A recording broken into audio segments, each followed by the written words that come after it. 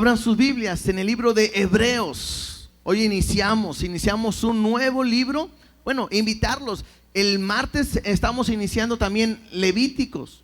Y creo que, bueno, Dios acomoda las cosas y es una bendición porque el libro de Levíticos con el libro de Hebreos tiene mucha relación. Entonces, yo quiero invitarlos, incluso especialmente todos los hermanos que participan en una área trabajando en la iglesia, en la alabanza, en los niños, en el servicio, en todo, les pedimos, les recomendamos que puedan venir los martes a escuchar el mensaje, porque tiene que ver con nuestro servicio a Dios y creo que es importante que podamos estar aprendiendo. Esos son los martes a las 7:30 y bueno, hoy iniciamos esta carta, este libro de Hebreos. Y hay que pedirle a Dios que nos ayude a poder hablar, a poder explicar y poder que Dios nos dirija en cada momento. Entonces, tarea número 1 es estar leyendo el libro de Hebreos. Pueden hacer algo cuando encuentren una referencia hacia el Antiguo Testamento, lo van y lo buscan cuando estén estudiando y venimos y aprendemos juntos, ¿verdad? Y otra tarea también es pues que estén orando para que Dios siempre nos dirija, para que al momento de leer la palabra siempre pueda haber algo fresco, nuevo para nosotros, o algo que necesitemos que pueda ayudarnos a caminar día a día con el Señor. Entonces, la serie es de Hebreos. Hoy iniciamos. Se llama, yo le he puesto como título a este libro o a esta serie, La supremacía de Cristo. El punto principal es que podamos ver a Cristo como lo más alto, como lo superior a todo. ¿Sí? Esa es la idea, que podamos conocer a Jesús de esa manera, a Cristo de esa manera. Y el libro de Hebreos nos va a estar ayudando, ¿sí? Hoy veremos solamente una pequeña introducción y veremos 4 versículos. Hebreos 1 del 1 al 4 y veremos qué es lo que Dios quiere hablar a nuestras vidas. Hoy el título de esta primera enseñanza es Jesús superior a todo. Ese es el título de la enseñanza del día de hoy. Jesús superior a todo. Y como siempre lo hacemos, oramos y ponemos este tiempo en las manos de Dios. Papá, te damos gracias porque eres bueno, porque eres fiel, porque no hay nadie como tú. Y en esta hora queremos, Dios, venir a tu palabra para escuchar tu voz y ver y recibir lo que tú quieres hablarnos, lo que tú quieres enseñarnos el día de hoy. Quita toda distracción, cansancio, perturbación en nuestra vida y permite que mi corazón y nuestros oídos estén abiertos para escuchar y ver tu palabra en nosotros. Háblanos en el nombre de Jesús. Amén y amén. Arranquemos. Esta es una carta distinta a las demás.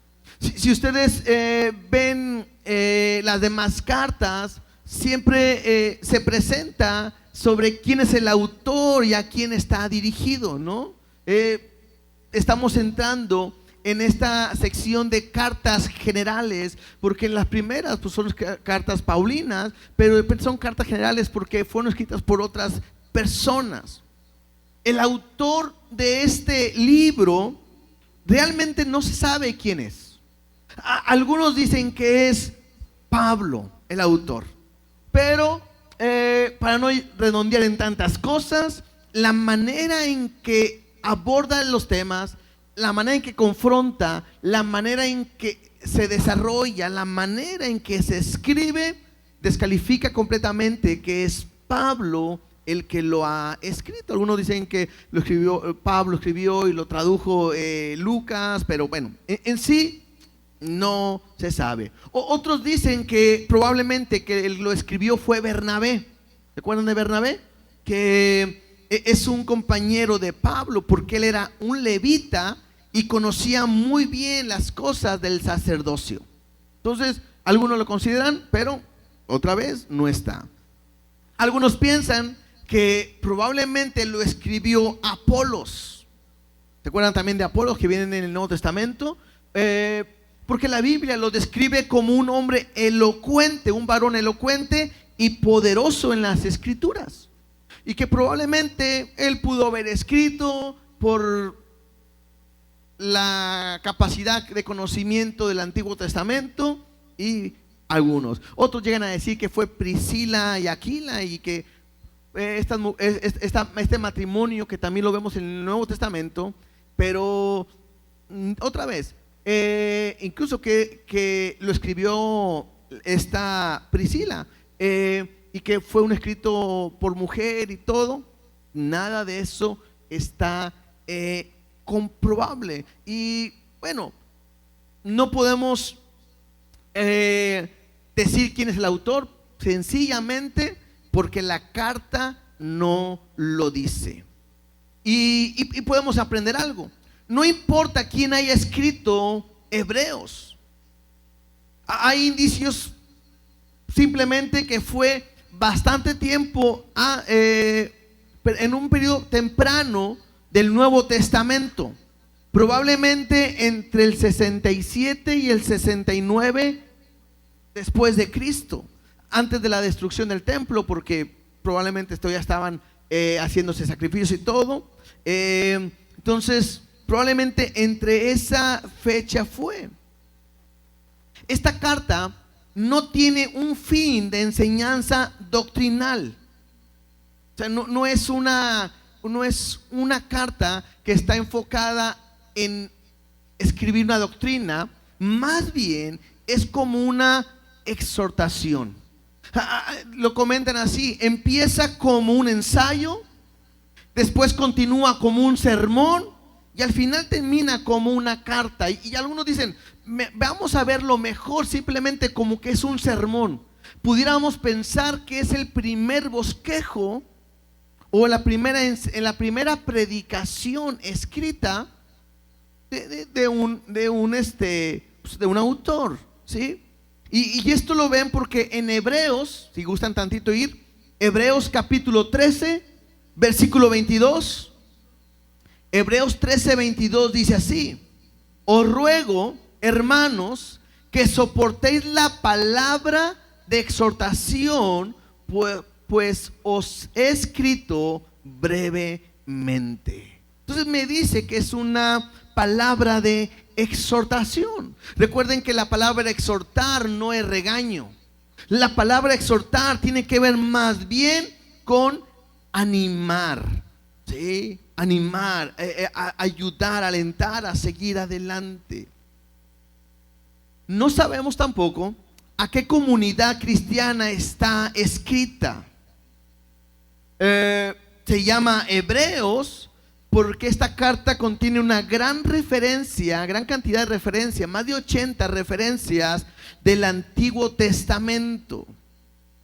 Habla mucho acerca de la religión de la religión hebrea, y algo interesante es que no menciona nada que tiene que ver con la práctica gentil, ¿sí? Acuérdense que algún gentil era aquel que no era del pueblo judío, ¿sí? Del pueblo de Dios. Entonces se llama Hebreos porque tiene que ver todo con la cultura hebrea. Por eso de repente puede ser algo complicado entender, porque no es nuestra cultura y no es algo que nosotros estemos viendo constantemente, pero vamos a ir aprendiendo. Fue escrita para la comunidad del primer siglo de los judíos. Algunos dicen que fue escrito por alguien de la segunda generación. ¿Y qué quiere decir esto? Que no fueron de los primeros que recibieron el mensaje, sino los que fueron después desarrollando el conocimiento, ¿sí? Y tenía la idea de exhortar, esto es importante, exhortar que aquellos que se convertían al cristianismo no tuvieran que hacer prácticas de los rituales o fiestas judías. Normalmente un problema grande que había en aquel tiempo es que llegó un momento en que la iglesia empezó a crecer acerca del mensaje de Cristo, y llegaron un momento en que los mismos judíos decían, bueno, está bien, cree en Jesús, está bien, ok, es el Hijo de Dios, pero no dejes de hacer los rituales, guarda el sábado, haz sacrificios, y empezaban a tener esta presión de parte del entorno. Y entonces muy probablemente la iglesia empezaba a desanimarse y decir, es que no me dicen que tengo que buscar, que Jesús está bien, pero tengo que hacer los rituales. Y a lo mejor todos decían, ¿qué tal si Jesús realmente no es el Hijo de Dios? Y empezaba probablemente a haber ese desánimo en la iglesia. Y es por eso que el autor escribe esta carta con el propósito de exhortar y animar a que ellos puedan avanzar o puedan crecer en el evangelio. Por eso les dice, para que puedan tener sus ojos en el autor y el consumador de nuestra fe. Y creo que esto es importante, porque así quizás como ellos pueden tener alguna duda o tuvieron alguna duda de que si Jesús es el Hijo de Dios y si hay que poner nuestra confianza en Él, probablemente hoy alguno pudiera tener esa duda y decir, ¿cómo puedo saber que realmente es Jesús? ¿Cómo puedo afirmar mi fe? O a lo mejor al tratar de desanimar, o estamos desanimándonos y ¿por qué no quiero seguir adelante? Y la idea de esta carta que vamos a ver, precisamente eso es fortalecer nuestra seguridad y nuestra confianza en Dios. Ahora, esto también es importante porque hay una corriente, no es nueva, pero creo que ha habido un aumento, no sé si ustedes han escuchado, de muchos cristianos que hoy les está dando por el deseo de volverse al judaísmo. Y es increíble, porque la Biblia me habla claramente en Romanos, Gálatas, Efesios, en muchos lugares, como habiendo comenzado en el espíritu, quieres volver otra vez a la carne, a los viejos rudimentos. Y es increíble cómo mucha gente está buscando su genealogía para ver si son judíos y se quieren convertir al judaísmo, y eso tiene que llevar otra vez a hacer rituales, a hacer sacrificios, a celebrar las fiestas, al sábado también. Y entonces lo que empiezan a hacer es a un lado a Jesús, su sacrificio. Entonces esto también nos va a ayudar a nosotros, aunque no es el propósito de una doctrina, pero sí anclar nuestra fe en Jesús, para que cuando venga cualquier enseñanza diferente, tú puedas defender. Porque ese es el propósito del libro de Hebreos, anclar nuestra fe en Jesús, ¿sí? Para que no se confundan y para que no se muevan tan fácilmente. ¿Estamos? Hebreos capítulo 1, vamos a leer ahora sí. Esa fue una pequeña introducción para saber por qué vamos a estar leyendo Hebreos, cuál es el propósito de Hebreos, que podamos anclar nuestra fe en Jesús, que podamos conocer que Él es soberano sobre todo, y vamos a ver que lo que Dios nos dice. Vamos a leer los primeros 4 versículos. Hebreos 1:1 dice así: Dios, habiendo hablado muchas veces y de muchas maneras en otros tiempos a los padres por los profetas, en estos postreros días nos ha hablado por el Hijo, a quienes constituyó heredero de todo, y por quien asimismo hizo el universo, el cual, siendo el resplandor de su gloria y la imagen misma de su sustancia, y quien sustenta todas las cosas con la palabra de su poder, habiendo efectuado la purificación de nuestros pecados por medio de sí mismo, se sentó a la diestra de la majestad en las alturas, hecho tanto superior a los ángeles, cuanto heredó más excelente nombre que ellos. Interesante, porque la primera palabra que podemos ver en esta carta, en este libro, es Dios. Y podemos empezar por ahí, porque el libro aunque no menciona quién es un autor humano, creo que me está diciendo quién te está mandando este mensaje y empieza con Dios.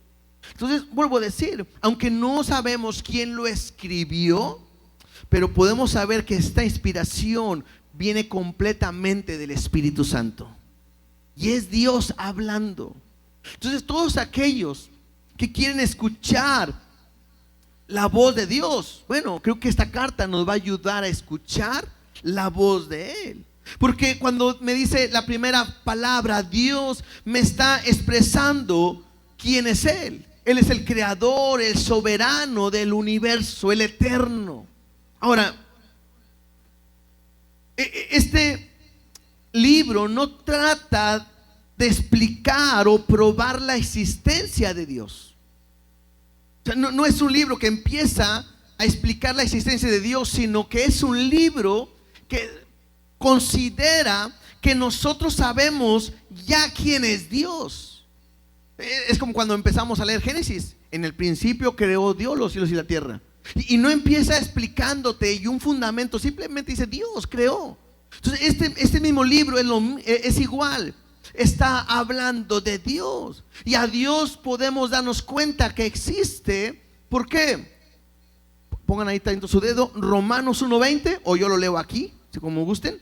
Romanos 1:20 me dice así: porque las cosas invisibles de Él, su eterno poder y deidad, se hacen claramente visibles desde la creación del mundo, siendo entendidas por medio de las cosas hechas, de modo que no tiene excusa.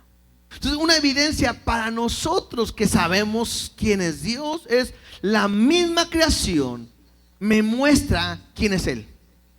La creación me habla de su eterno poder y de su deidad. Y otra vez, no voy a entrar, pero si quisiéramos hablar de la maravilla de Dios, la creación de Dios, bueno, creo que nunca terminaríamos.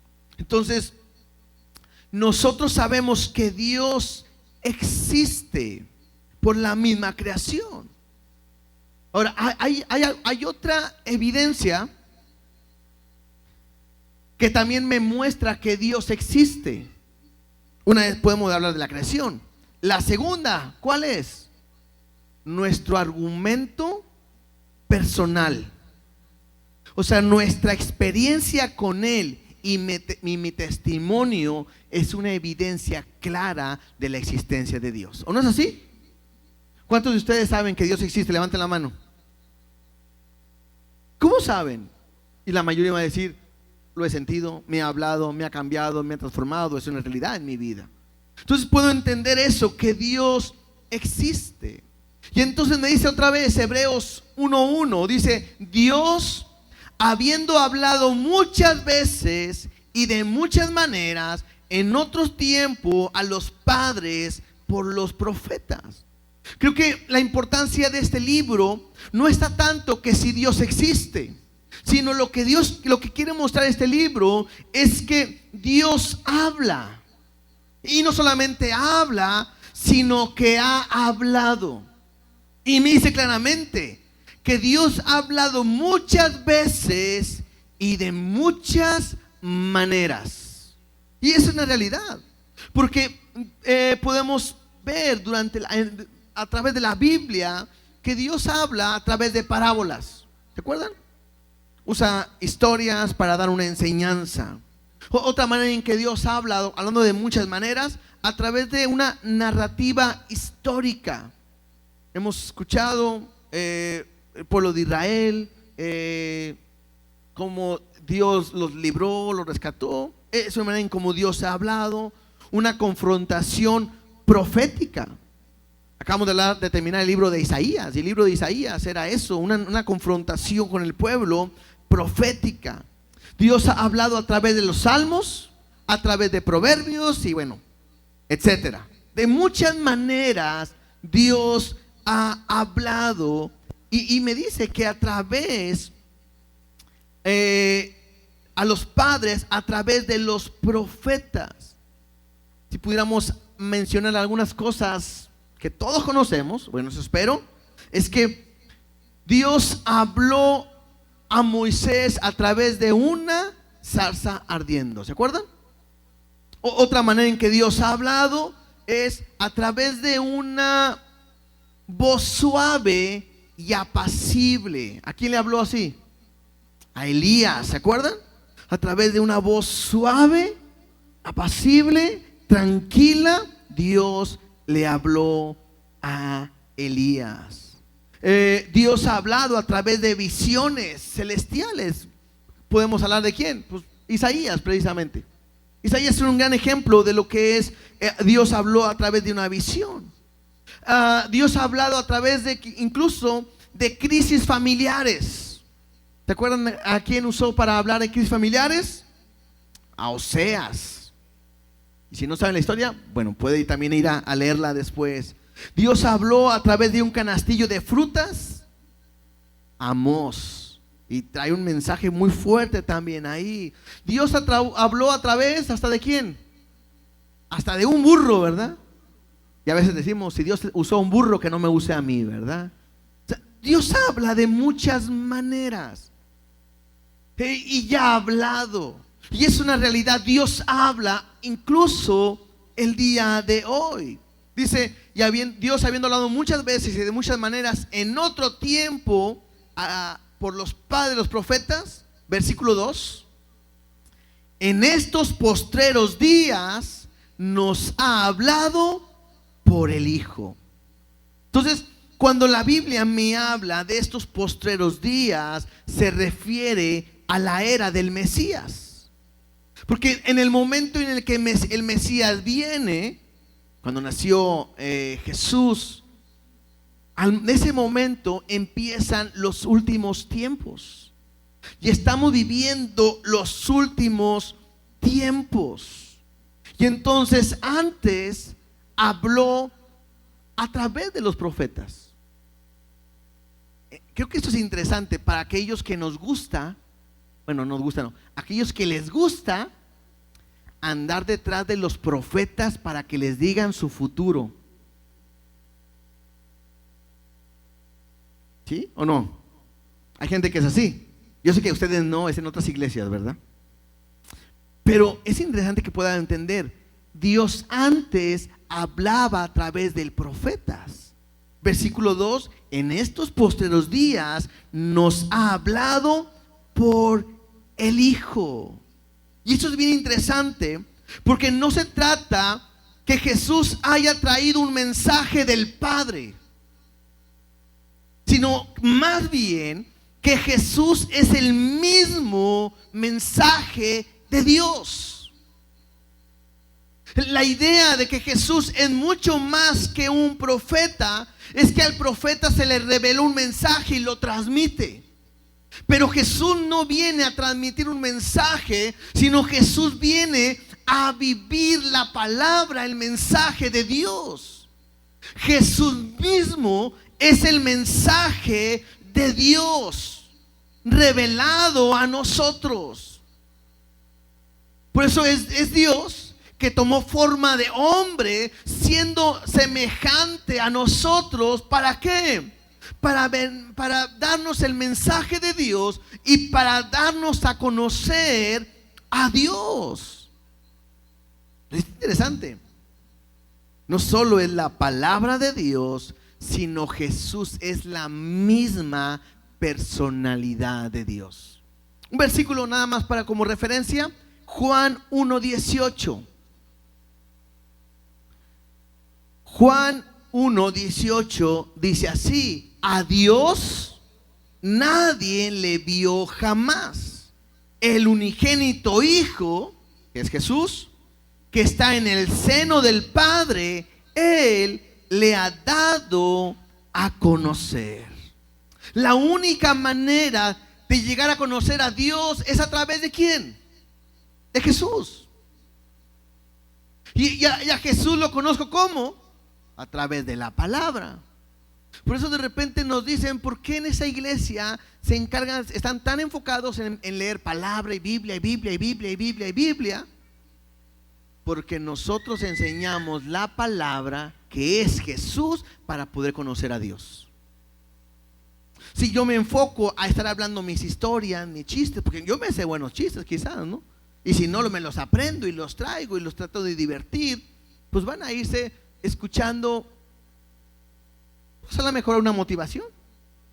Pero no se trata nosotros de motivarlos, se trata que conozcan la palabra, para que a través de la palabra conozcan a Jesús y Jesús nos muestre realmente quién es Dios. Entonces aprendo algo también. ¿Cómo habla Dios? A través de su Hijo. Y su Hijo, pues, es la palabra. Entonces es tan importante entender que si tú quieres ver qué es lo que Dios tiene para tu vida, lo vas a encontrar aquí. No hay otra manera. ¿Qué es más seguro? Abramos nuestras Biblias en Hebreos capítulo 1, o que le digan, permítame, anoche tuve un sueño, Dios me mostraba algo y me decía, a lo mejor comí tacos, ¿verdad? Y me cayeron mal y ya estoy soñé y todo, y voy a decir cosas que nada que ver. Lo más seguro es escuchar la palabra, y que la palabra te va guiando. Entonces puedo entender claramente que Jesús es mayor que los profetas. Ellos solamente traen un mensaje que dan al pueblo y cortito. No, Jesús es el mensaje completo, encarnado de Dios para el hombre. En otras palabras, Jesús es el mensaje de Dios.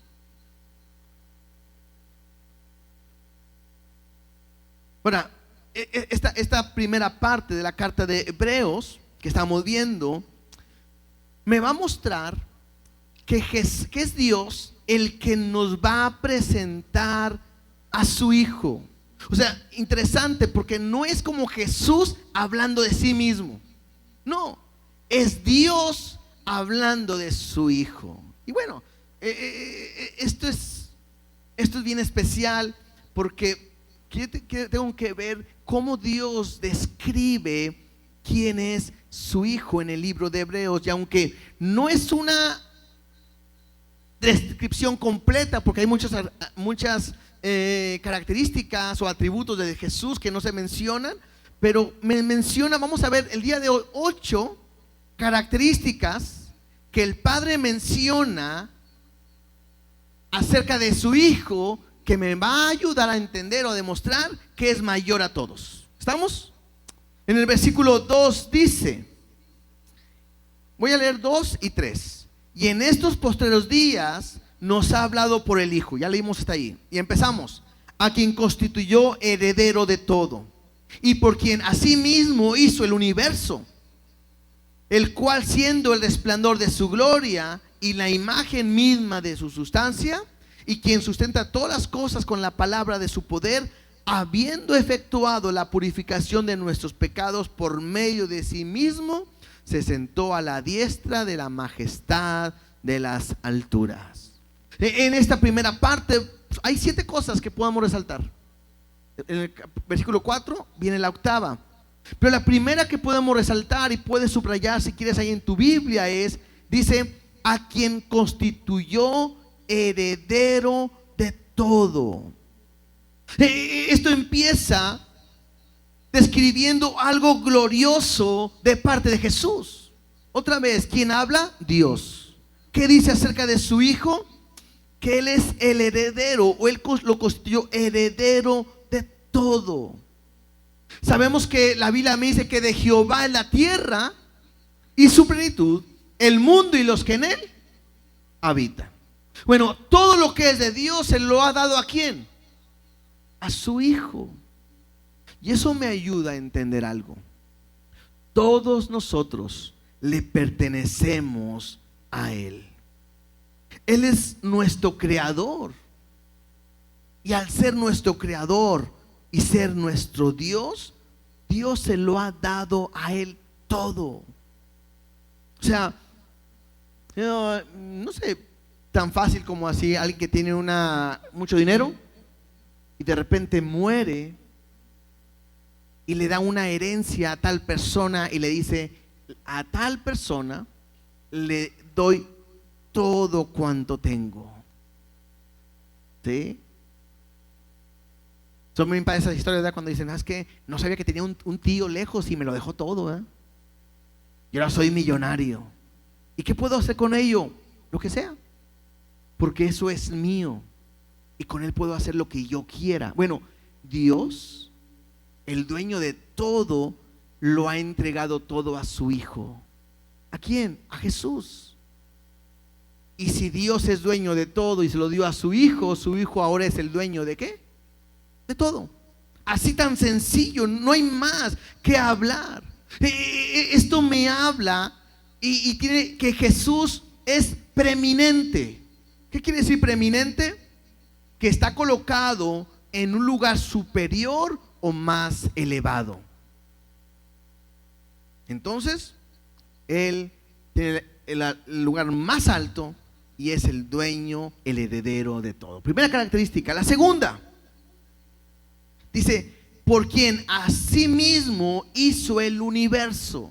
Esta es la segunda característica que vemos el día de hoy. Por quien asimismo hizo el universo. Y puedo entender claramente que Jesús es la causa de la creación. Interesante, ¿no? Porque de repente se nos ha enseñado una idea, es que Dios ama tanto al hombre que creó el mundo para él.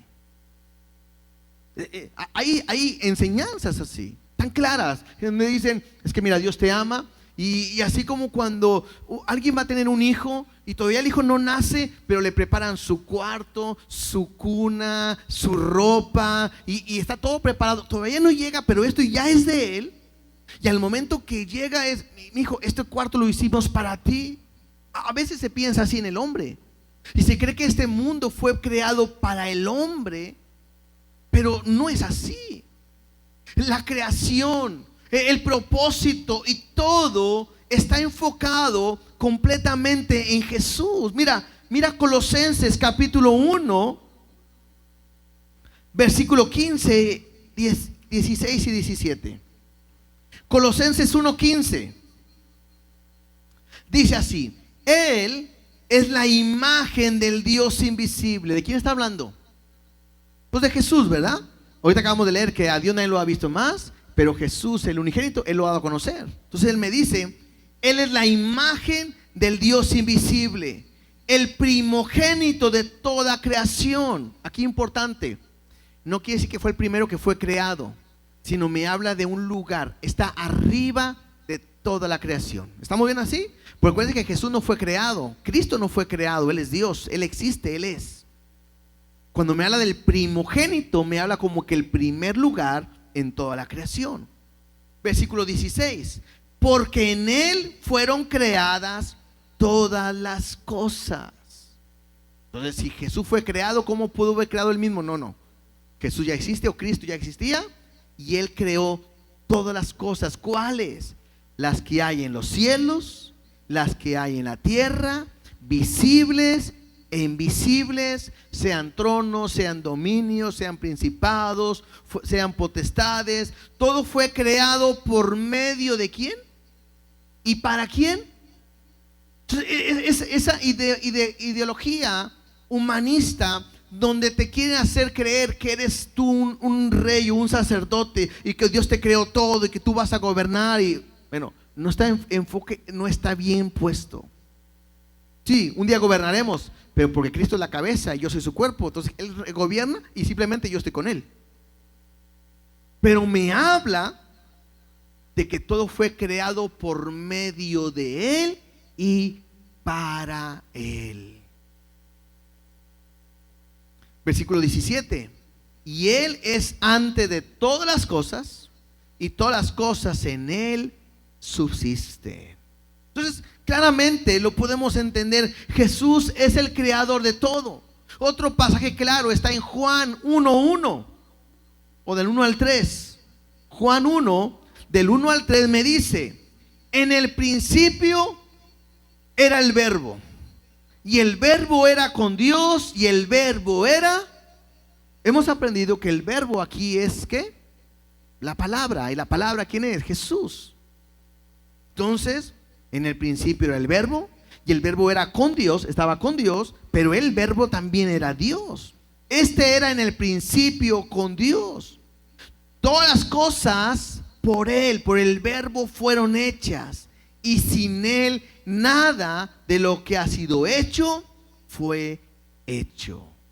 Entonces, claramente, otro pasaje que me muestra que Jesús es el creador de todo. ¿Y para qué creó todo? Romanos 11:36. Una vez más, no es para ti. No es para ti. No es para mí. No es para el hombre. Romanos 11:36 dice: porque de Él y por Él y para Él son todas las cosas. A Él sea la gloria por los siglos. Amén. ¿Para qué lo creó? Para su gloria.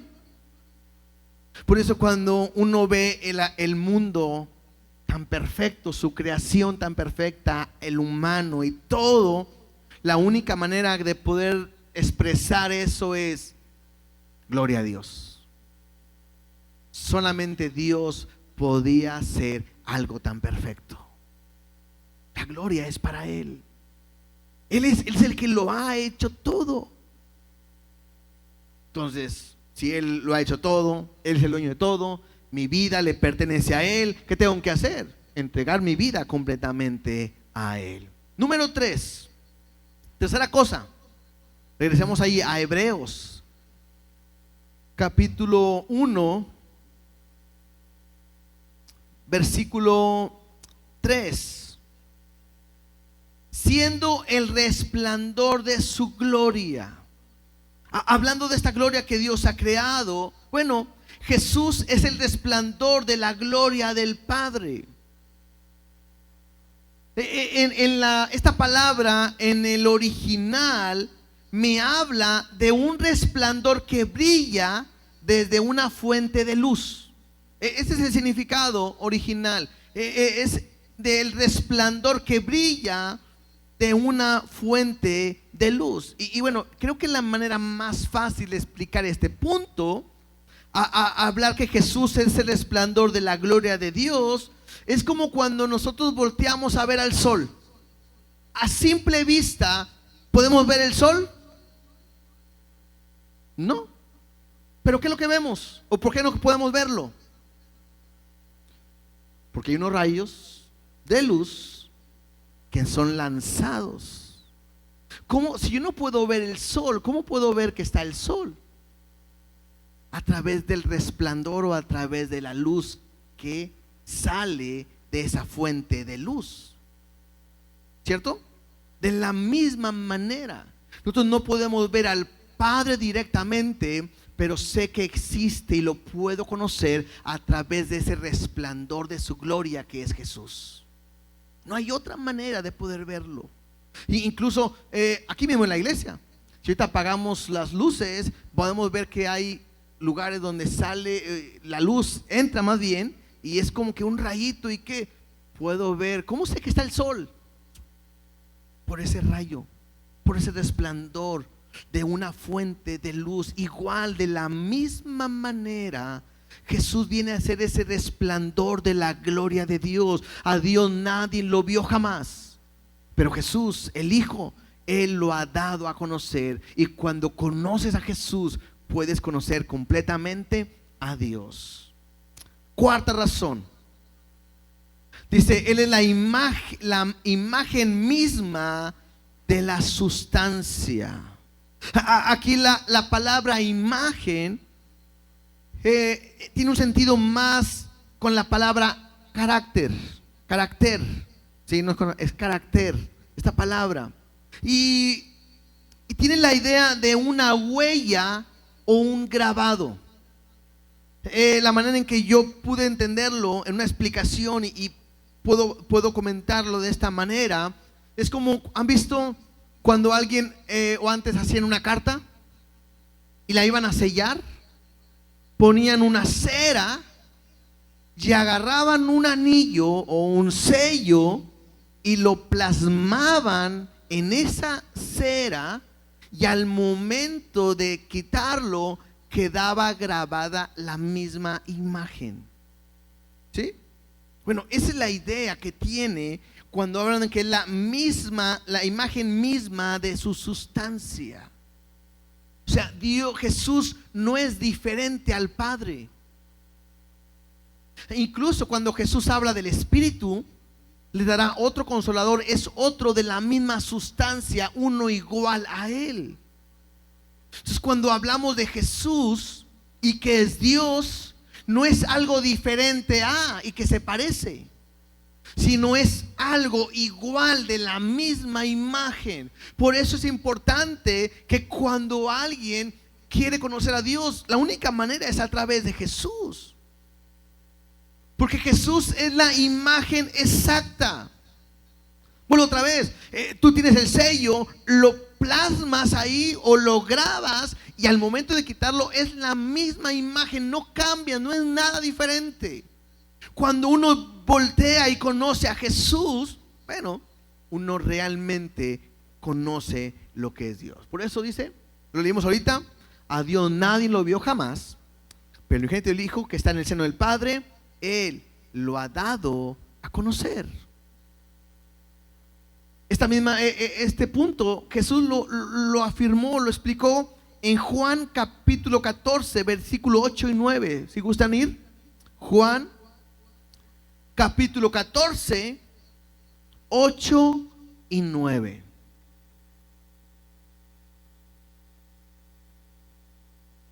Está Jesús con sus discípulos. Ya está Jesús cerca de partir. Y cuando está hablando indicaciones últimas que Él tiene que hacer, uno de sus discípulos, Felipe, le dijo: Señor, muéstranos al Padre y nos basta. Diríamos hoy, no quieres nada, ¿verdad? O sea, la petición es: muéstrame al Padre y ya, no te voy a pedir nada, me basta. Y mira lo que Jesús le contesta. Jesús le dijo: ¿tanto tiempo hace que estoy con vosotros y no me has conocido, Felipe? Y de repente, leyendo esto, parece que el que está hablando es el Padre y no Jesús. Porque Jesús le dice: hace tanto tiempo que estoy con vosotros y no me has conocido, Felipe. El que me ha visto a mí, ha visto al Padre. ¿Cómo pues dices tú, muéstranos el Padre? Jesús claramente dice: el que me conoce a mí, conoce al Padre. El que me ha visto a mí, ha visto al Padre. Y todo esto, otra vez, lo único que tratamos de hacer es afirmar nuestra fe, que para poder llegar a Dios solamente es a través de Jesús. No hay otra manera. No es a través de una iglesia, no es a través de una religión, no es a través de un pastor, un profeta, ni un ángel. No hay nadie. Solamente a través de ¿quién? Jesús. Él es la imagen, la sustancia misma. Es el reflejo de la gloria de Dios. Nos muestra. La quinta característica, dice ahí en el versículo 3, que sustenta todas las cosas con la palabra de su poder. Esta idea de que sustenta, esta palabra, quizás la pudiéramos entender mejor si utilizamos la palabra mantiene.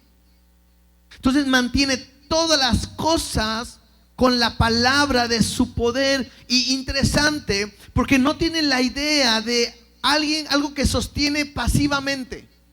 ¿Han visto, se acuerdan la imagen del Atlas? Aquel que está cargando el mundo entero y que lo sostiene, pero pues no se mueve. No, aquí la idea que tiene o que viene es de algo que mantiene o sostiene activamente. Y es a través, me dice ahí claramente el versículo, a través de la palabra de su poder. Entonces esto es increíble, porque ¿cómo puede ser que esta creación de Dios en el aire se pueda sostener, mantener, prevalecer a pesar de tanto tiempo y de una manera tan exacta? Veíamos un poquito el jueves que Dios tiene todo tan exacto que si el mundo estuviera más cerca, la tierra estuviera más cerca del sol, ¿qué pasaría? Yo creo que estos días se ha acercado un poquito, ¿verdad? Que nos andamos quemando. Y si se alejaría, nos congelaríamos. Pero el hecho de la rotación, la traslación, todo lo que se mueve, increíble cómo se está moviendo el mundo y nosotros estamos como si nada, sentados. Todo esto es a través de ¿qué? Simplemente de la palabra de Jesús. Ahorita leíamos en Colosenses 1:17, Él es antes de todas las cosas y todas las cosas en Él subsisten. Ahora, eso no solamente es como algo que, bueno, lo decimos por fe, lo vimos realmente. Cuando Jesús estuvo en su ministerio aquí en la tierra, vimos claramente el poder de su palabra. Porque era tan claro que Él podía decirle a alguien, levántate y anda. Y en el instante, por su palabra, ¿eran qué? Sanados. Su palabra tenía tanto poder para decir, tus pecados te son perdonados, y poder perdonar pecados. Y aunque la gente decía, ¿quién es este? Y Jesús dijo que es más fácil decir, tus pecados te son perdonados, o levántate y anda. Pues para que veas que el Hijo del Hombre tiene poder, a ti te digo, levántate y anda. Y demostró el poder que hay en su palabra. Ese mismo poder de su palabra es aquella que nos enseñó o vimos expulsando demonios. Solamente le dijo, sal fuera y vámonos. Ni peleó ni nada. ¿Por qué? Porque su palabra tiene poder. Tanto poder para calmar una tempestad cuando estaban a punto de ahogarse. Y poder clamar y detener los vientos, las aguas, y traer un gran descanso y una gran bonanza. Esto es lo que Dios puede hacer a través de su palabra. Esa misma palabra es la que sostiene nuestra vida. Y creo que es importante que podamos aquí aprender, porque lo podemos aplicar. Si Dios es capaz de, a través de su palabra, mantener y sustentar todo el universo, ¿crees que no sea capaz de sustentar y mantener tu vida? ¿No crees que no sea capaz de sostener tu economía? ¿Que no sea capaz de sostener tu matrimonio y tu familia?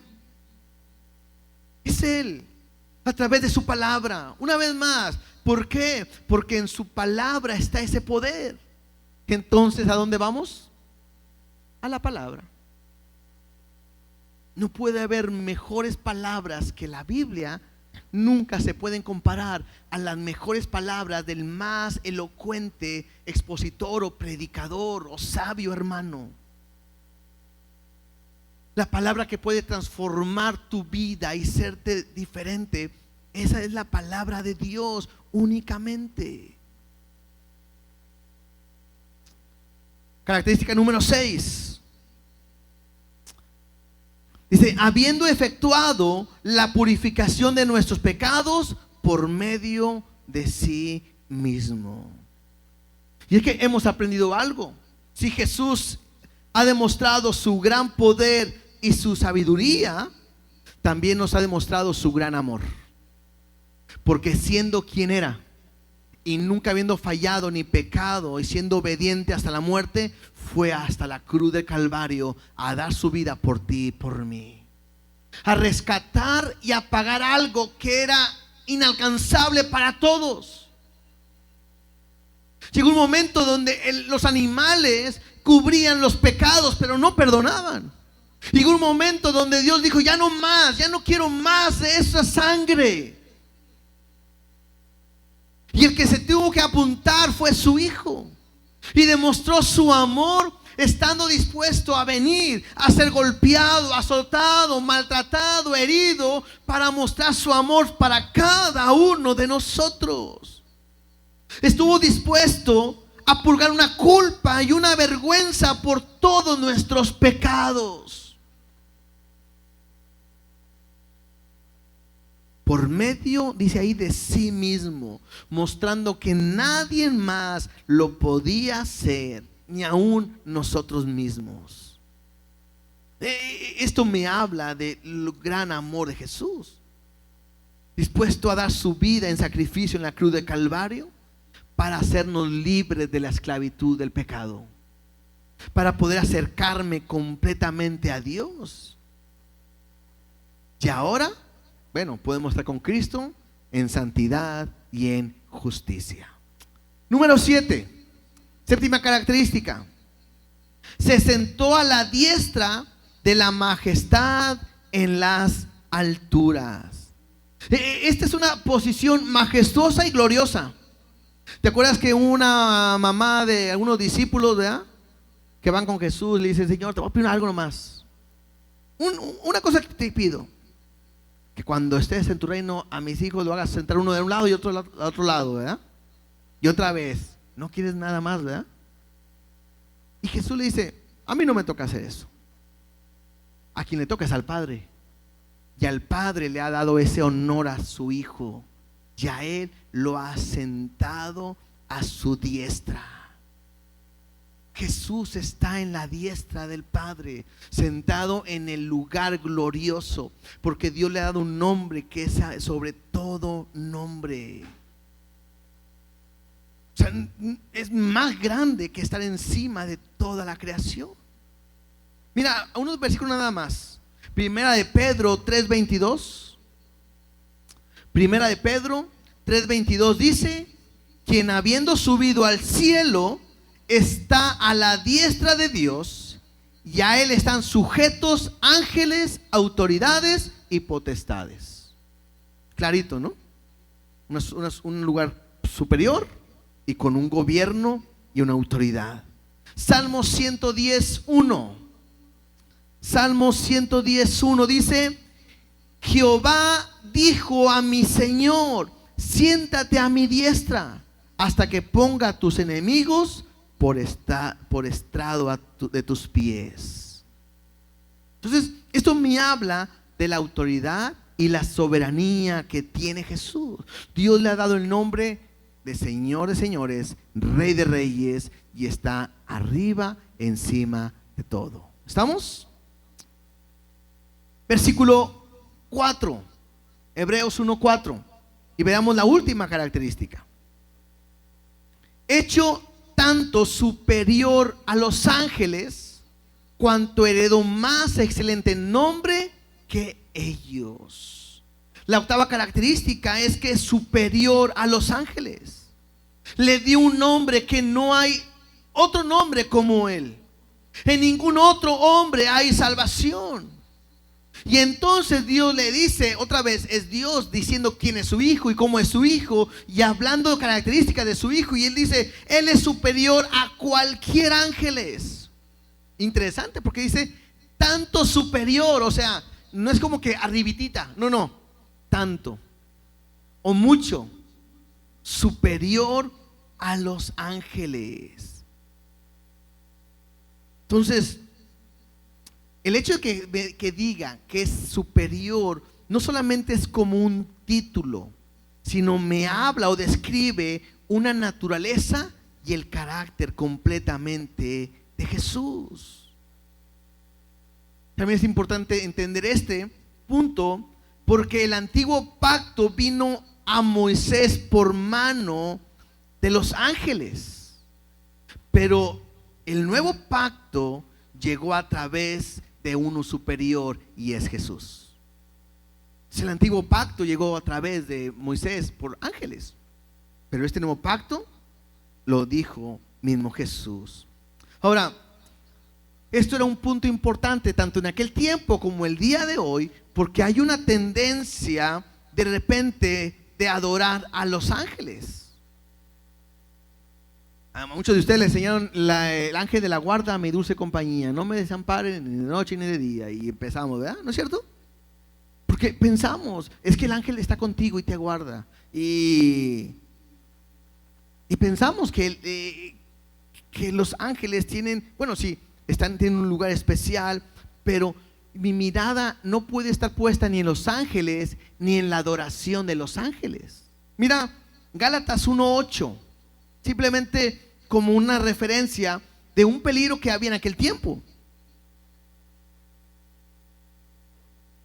Dice: mas si aún nosotros, hablando Pablo, ¿verdad?, o un ángel del cielo os anunciare otro evangelio diferente del que os hemos anunciado, sea anatema. Entonces tengan cuidado, porque de repente escuchamos personas en el radio, en la televisión, que hoy abierto en las redes, no sé, que dicen, hoy te voy a hablar acerca del ángel que tienes tú. Ya estás buscando tu ángel ahí. Y es que ese ángel te va a llevar, y eres un ángel de luz. Y a veces usan palabras de Dios o versículos de la Biblia, pero otra vez, no tiene nada que ver con el evangelio. Todo lo que está en contra del evangelio es anatema. Y te lleva a creer y poner tu confianza en el ángel más que en Dios. A poner tu confianza en ese ser de luz que te guarda. Y es increíble cómo se habla tanto de ellos el día de hoy. Entonces es importante que podamos entender que Jesús es superior a los ángeles. Además, había otra idea errónea, y no se lo han escuchado, que Jesús es un ángel. Es que Jesús es un ángel también enviado por Dios, como un profeta. Y Hebreos me dice que no, Jesús es superior a los ángeles. Él tiene un concepto grande, preeminente, de gloria y majestad. Entonces, cuando yo entiendo que Jesús es superior a los ángeles, me va a ayudar a entender que lo mejor que puedo yo tener es a Él. Es lo mejor en cualquier cosa en la vida. Por eso ahorita cantábamos, si te tengo a ti, lo tengo todo. Mi amado, mi Señor, mi Salvador, mi proveedor, mi todo. Te pertenezco, estoy en sus manos. Interesante, porque todos le pertenecemos. Los que creen en Jesús y los que no creen también le pertenecen a Él. Pero cada uno tendrá una consecuencia diferente. Entonces, puedo terminar de esta manera. Creo que el sentido de esta primera introducción en el libro de Hebreos tiene como propósito lo que Jesús enseñó en la transfiguración en los evangelios. Lo mismo. ¿Por qué? Marcos capítulo 9, versículo 7. Y con ese termino.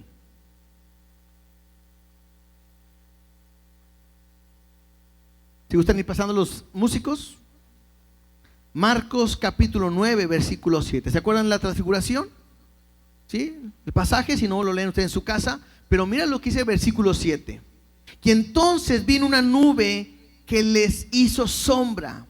Y desde la nube una voz que decía: este es mi Hijo amado, a Él oíd. En otras palabras, creo que ese es el mensaje de Hebreos. Dios, habiendo hablado muchas veces a través de los profetas a los padres, hoy, en este tiempo, nos habla a través del Hijo. Y entonces, ¿qué tengo que hacer? Lo que acabamos de leer.